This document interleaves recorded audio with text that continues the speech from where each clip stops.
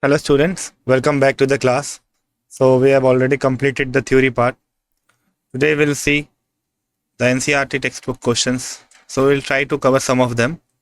I have kept these questions in a way so that maximum topics can be covered from this chapter.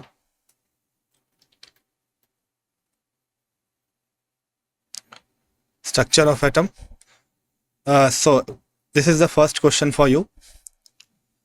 So the question is asking, calculate the number of electrons which will together weigh 1 gram. Calculate the mass and charge of 1 mole of electron. So this is from the NCERT section 2.1.3.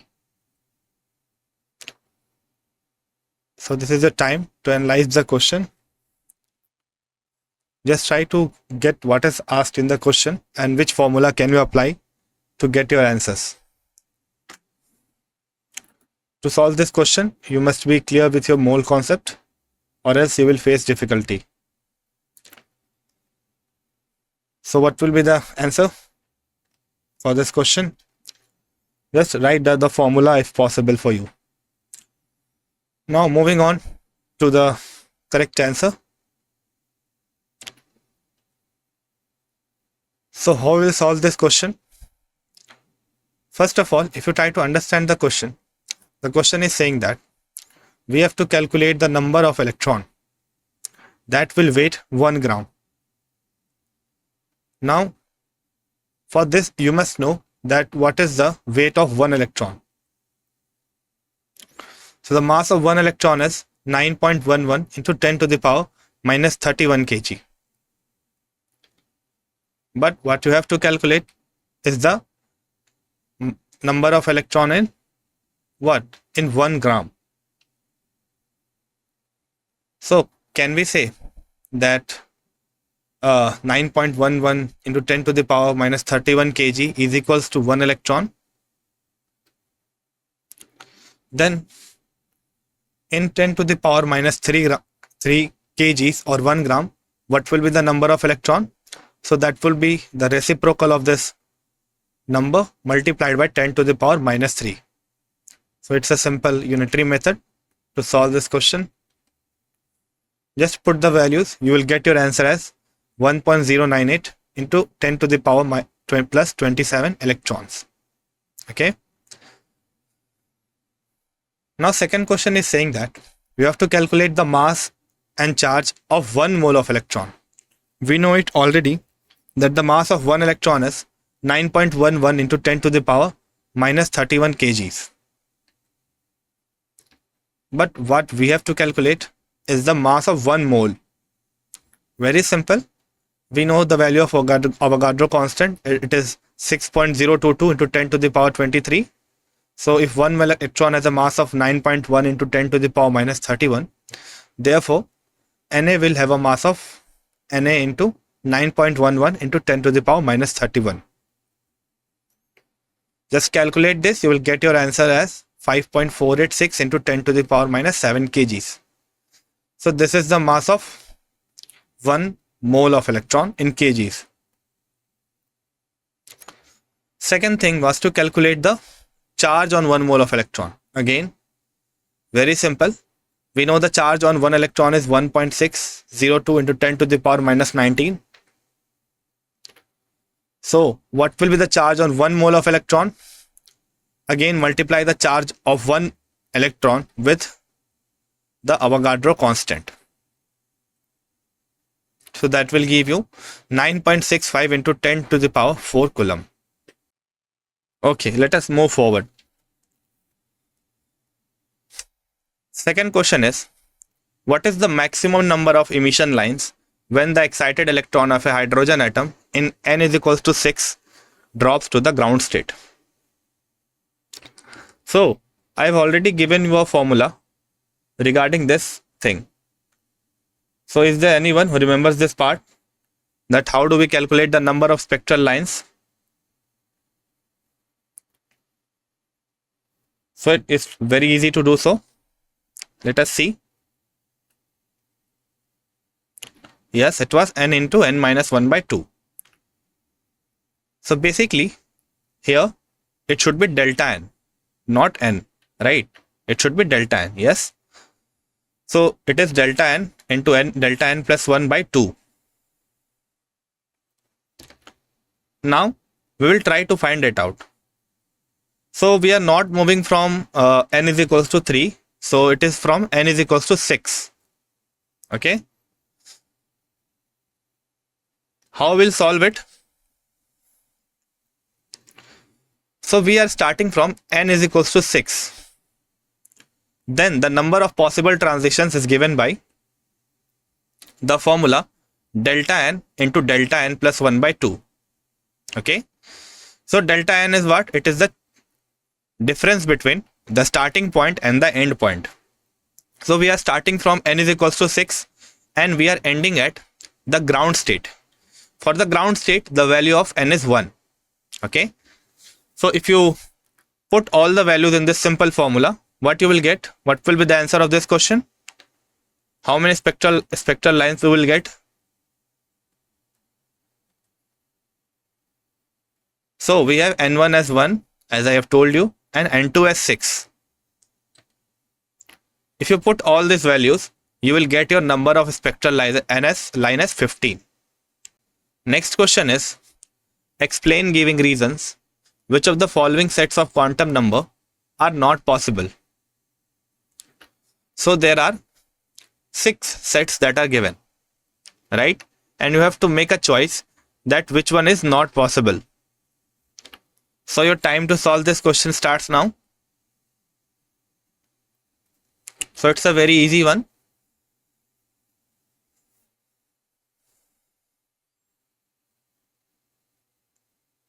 Okay. The time is up. Let us see how we can solve it.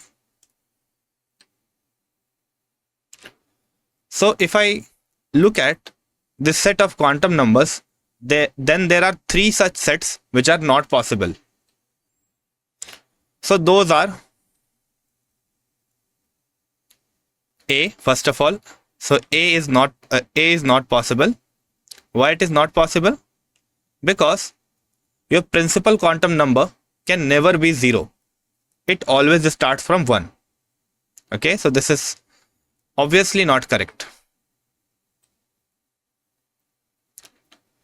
What about the second one? Do we have a problem with the second one? So if I look at the value of n, it is 1. Then what is the value of ml? It can be 0. Yes, it can be 0. If you look at the first orbit, it has a s subshell, and s subshell has one orbital which is having ml value as 0. And what is the spin of that electron? It is given as -12. Okay, so this is also possible. Now moving on to the next set, which is C. Now again, here we have n is equals to 1, right? And ml is equals to 0. And ms is equals to +12. So it is L is equals to 1 in this case. Okay, it will be L is equals to 1. Now since L is equals to 1, it is not possible for the n is equals to 1 to have a value of L as 1, because it has only one subshell which is having a notation as 0. Okay, so the value that is possible for 1 is 0 only. So 1 is not possible in case of C. Now moving on to the next quantum number. So what will be the next quantum number? It will be D. So if you look at D, n value is 2. No problem here. What are the possible sets of L? It will be -2, -1, 0, +1, +2. What will be the value of ml? It will be 0. Yes, ml can be 0. If you look for the value of ml, it starts from -1 goes to +1. So -1, 0 and +1. The value of L will be 0, 1. Okay, so 2 values are possible, 0 and 1. The value of ms is given as -12. So this is possible. Now let us move to the E option. If you look at this set of quantum number, So it is not possible at all. Why? Because it is given that for the value of n as 3, the value of L is given as 3. What are the possible values of L? What are the possible values of MS? So you don't have to worry about it. It can be anything, minus half, plus half. So you don't have to worry about the spin of electron. Okay? There is no issue in that. It can be minus half, plus half. So it is just given to deviate your mind. Right? So both things are possible. There is no difficulty in finding the spin of electron. If there are two sets that are given, then in that case you have to decide. In this case, you don't have to worry.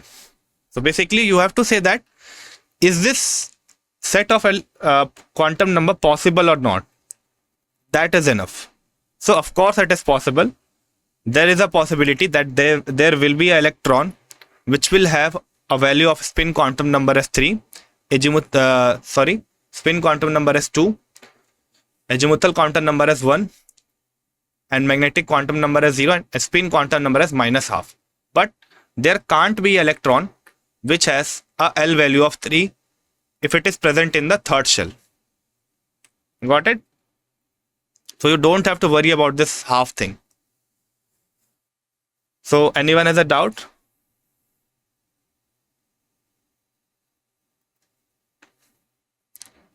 So what we can say, for n is equals to 3, the L values are 0, 1 and 2. What about the fourth set? So in the fourth set, we will have n is equals to 3. It is given as n is equals to 3. So the possible values of L will be 0, 1 and 2. So out of this, 1 is given.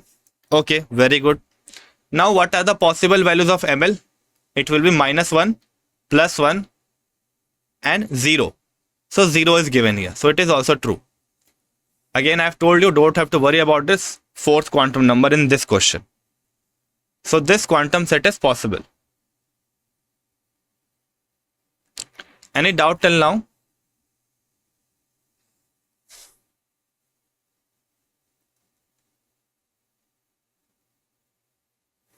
Now moving on forward.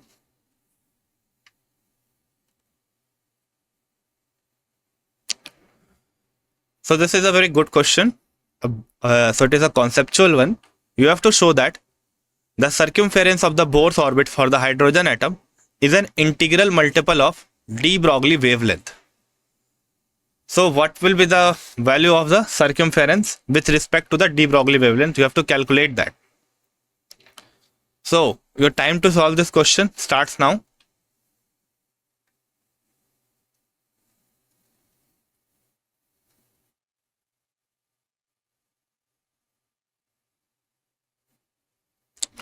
Let us see how we can solve it.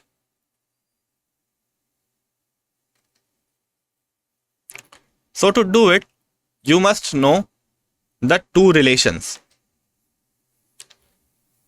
So the first relation is, according to the Bohr's postulate, MBR is equals to 2NH by 2 pi. So you have to define a relation between the circumference and the de Broglie wavelength. So first we will require formula for the circumference. For that we have taken this quantization or the conservation of angular momentum. So what are these terms? So first of all, m is the mass of electron, v is the velocity, then r is the radius, n is the principal quantum number, h is the Planck's constant. Now moving on forward. So now we know a relation between the radius and h by 2 pi, nh by 2 pi, right? Moving on forward. The next relation that we know is related to the de Broglie's equation. So it is lambda is equals to h by mv. If you put the value of mv, it will give you h by lambda. Let us consider this as equation 1. Now we'll substitute the value of mv in the previous equation of NCERT 2.11, which was described earlier in the previous slide. If you put this value, you will get HR by lambda is equals to NH by 2 pi.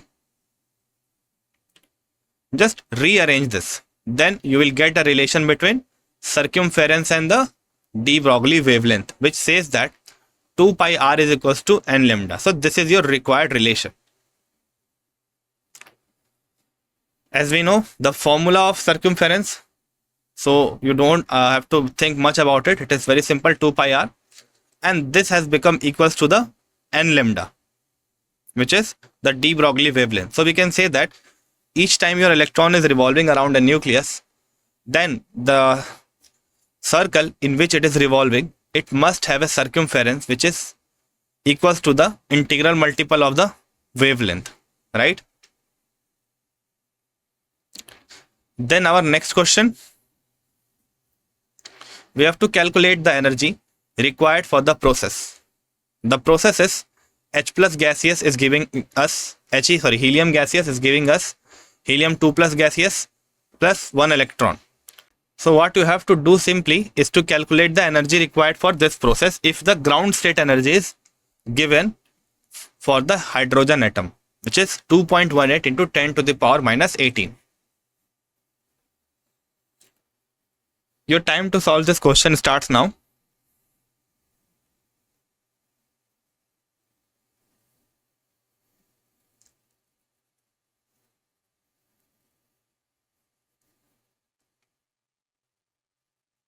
So to do this question, we will first try to analyze the given data, which is the energy that is required to ionize the hydrogen atom. Okay, very good. So one answer is coming. It is 8.7 into 10 to the power minus 18. Let's see if it is correct or not. So we know that the energy of the electron in the nth orbit of hydrogen-like species can be given by minus RH z square by n square. So we know this formula. So what do we do to calculate the ionization energy? So basically in ionization, we take an electron and move it out of the curvature of the effect of your proton. So you basically take your electron to the infinity. Now you are starting from the ground state and you are taking it to the infinity. If you calculate the energy difference between these two states, then you will be able to calculate the energy that is required to take out your electron from the ground state into the infinite distance. Next, what you will do? So if you have seen it earlier, you must have noticed that the energy for the infinite state is 0, right?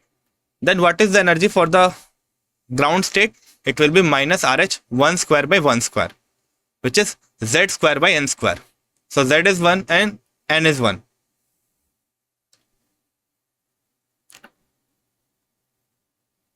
Now next,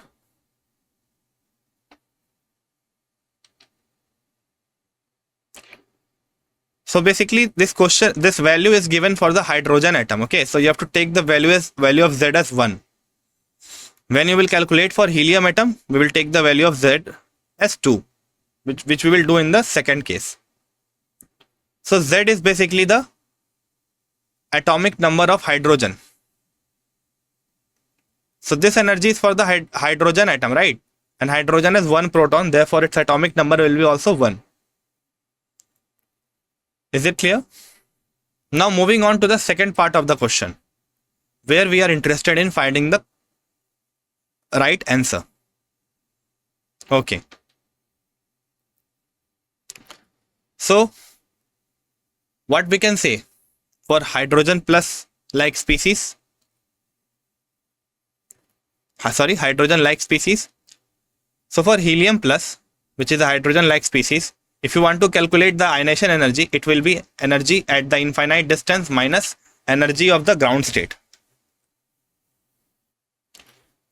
Again, no matter which atom you are taking, every time the energy at the infinite distance will be 0, because if n is infinite here, that means 1 by infinity square, and 1 by infinity square value is infinity. Therefore, 1 by infinity square value is 1 by infinity. Now, 1 by infinity is equals to 0. What will be the value of the ground state? If you are considering the helium atom, again use this formula. Take the Z value as 2 in this case. So that will give you plus 4 RH. Moving on further, what we will do now? We know that if we take the ratio of these two, then ionization energy of He plus to the ionization energy of hydrogen is equals to 4. Just divide both of those. RH will get cancelled out and you will get it as 4. Cross multiply this ionization energy of hydrogen here. Now this value is given. It is 2.18 into 10 to the power minus 18. If you multiply this, you will get it as 8.72 into 10 to the power minus 18 joule. So this is the ionization energy of helium plus. Okay, so let us move forward.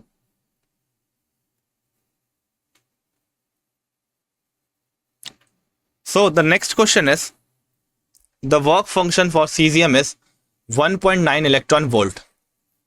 You have to calculate A, the threshold energy wavelength, B, the threshold frequency of the radiation. Now, it is given that your cesium element is irradiated with the wavelength of 500 nanometer. You have to calculate the kinetic energy and velocity of the ejected photoelectron. So this one will be a large one. Okay, so just listen the algorithm to solve this question very carefully. First, just try to analyze this question. That what is given. So work function is given. Basically, the energy that is required to remove the electron from the cesium is given as 1.9 electron volt. Now you have to calculate the wavelength that is related to this energy. Okay. And second thing, the frequency which is related to this energy. If you look at it in this way, then it would be very easy to solve. Next thing is that your wavelength is also given if you are irradiating your cesium with a given light. So that is having a wavelength of 500 nanometer. If it is so, then what will be the kinetic energy and the velocity of the ejected electron? Your time to solve this question starts now.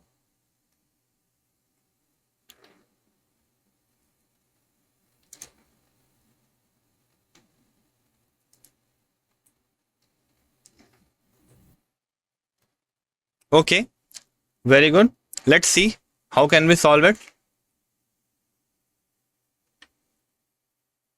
So first of all, we are interested in calculating the threshold wavelength. It is given that the work function for cesium is 1.9 electron volt. Then what we can say from the expression? Now what are the terms that are given here? Lambda naught is the threshold wavelength. H is the Planck's constant. C is the velocity of radiation.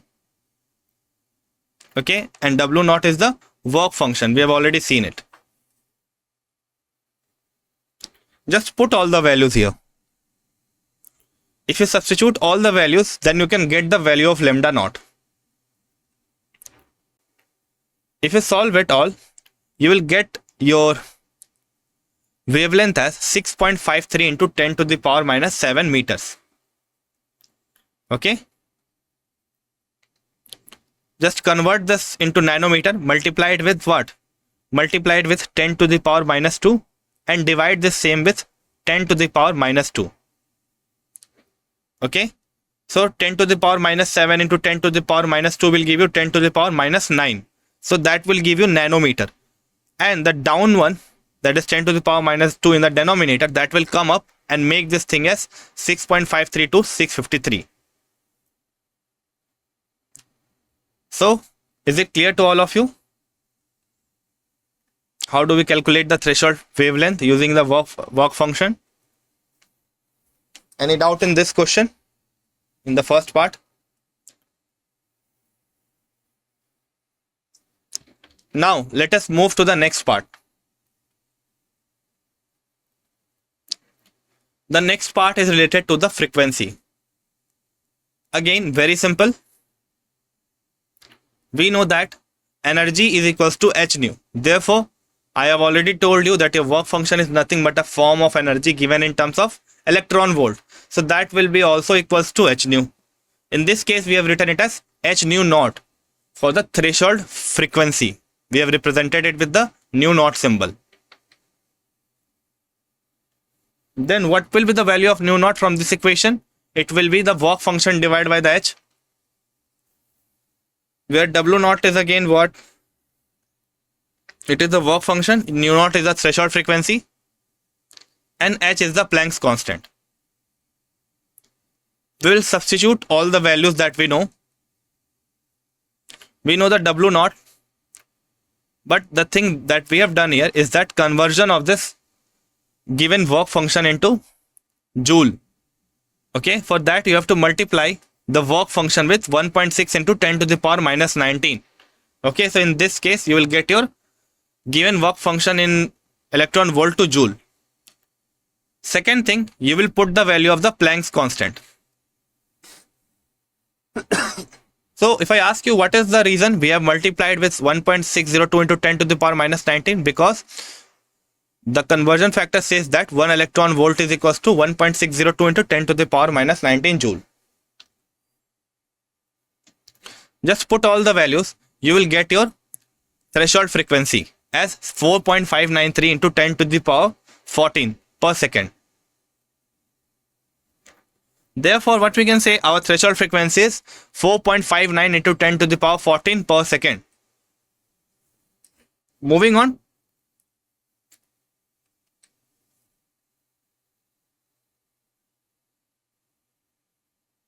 What we will do in the next part?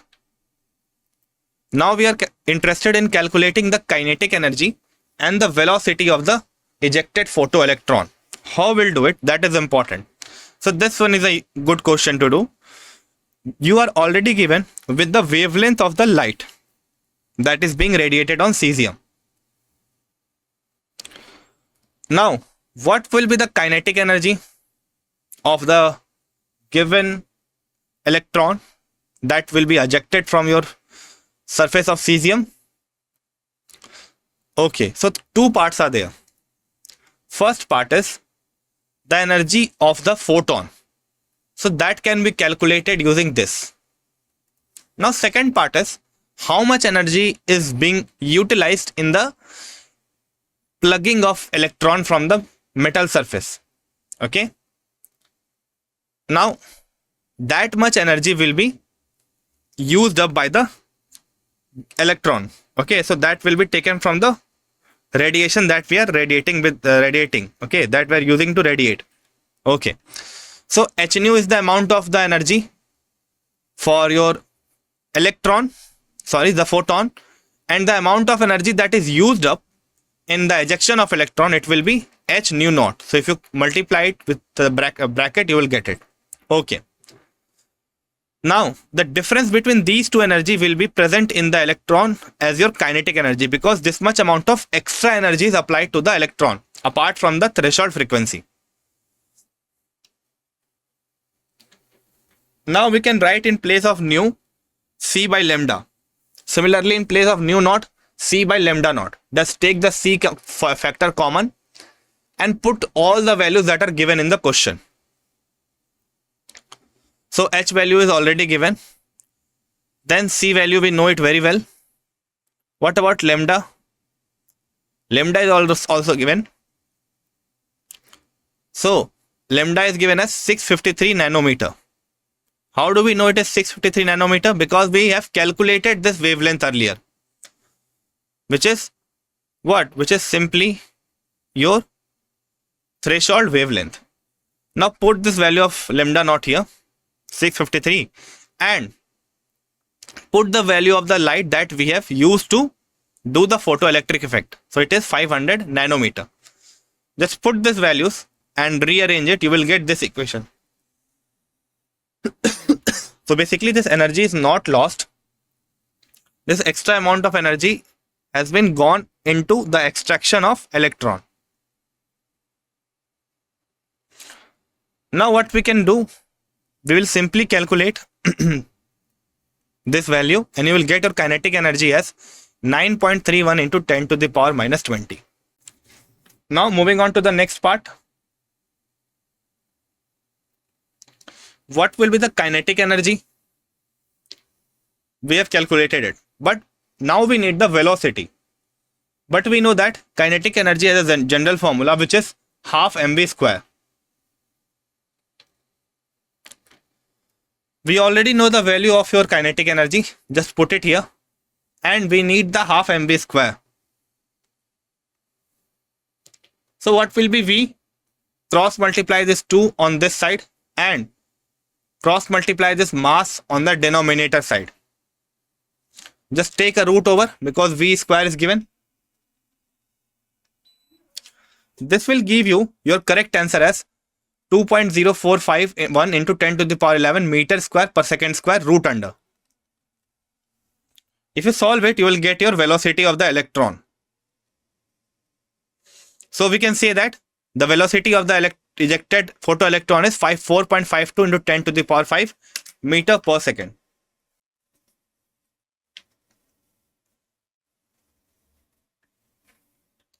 Okay. So there was a question in the previous class regarding the d orbital. Okay. So that what is the orientation of d orbitals? So I guess that doubt is still not clear to all of you. So I will try to explain that doubt. So first of all, we will try to look at the d orbital. There are 5 d orbitals. So listen it very carefully. It's an important part to understand. You will see this in the 12th class also. So there are 5 d electrons, d orbitals. First is dxy, dyz, dxz, and dx square minus y square, and dz square. So these are the 5 d orbitals. If I write this orbitals in the Cartesian coordinate, so since it is xy, then what will be the orientation of this lobes? If this is x and this is y, then our d orbital will look like this. Okay, our d orbital will look like this.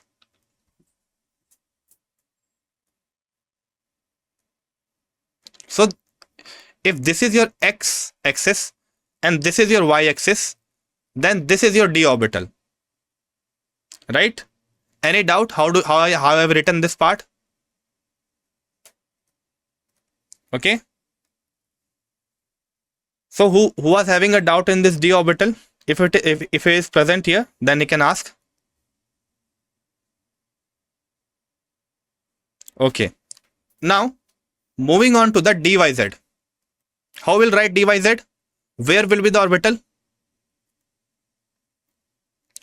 So simply write here y, write here z, put all the lobes. It is d double dumbbell. This will be plus here, negative here, and negative here. Very simple, I guess. Next is about dxz. Similar to that, we will write for dxz also. So there will be a lobe here and a lobe here also. Remember the signs of the wave function. Okay, so you will just place them alternately. Now, all these 3 equations looks, all these 3 notations look same. But what about the dx square minus y square? Why it looks different? Because its orbitals are not between the axis. It is along the axis. So if I draw the atomic orbital of dx square minus y square, that will look like this. So this is x and this is y. Here it will be plus and it will be minus.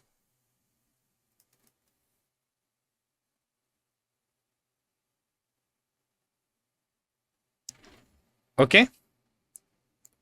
Now the basic difference between these 3 electrons and this electron is that in this case your electron is having an orientation along the axis. It is not, the lobes are not present between the axis.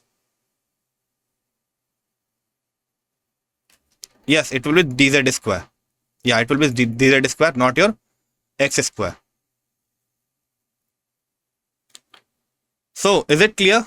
This picture is clear? Okay. Now, what about z square? So, z square has the most unique shape. Its shape looks like this. So, this is your z axis. Okay, this is your z axis. Now, moving on to further.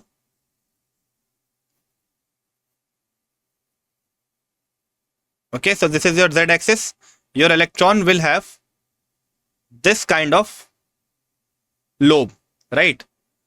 And there will be no second dumbbell. Instead of that, there will be a circular ring around it that will carry a negative charge. Now there is a very vast reason behind it. We will not go on to the reasons right now because it involves very complex calculations and all. But you should remember that what is the shape of every d orbital. It's very, very important. Out of all the orbitals, d orbitals are having very unique shape and it's very difficult to remember all of this. Okay. So, anyone has a doubt regarding this shape of d orbital?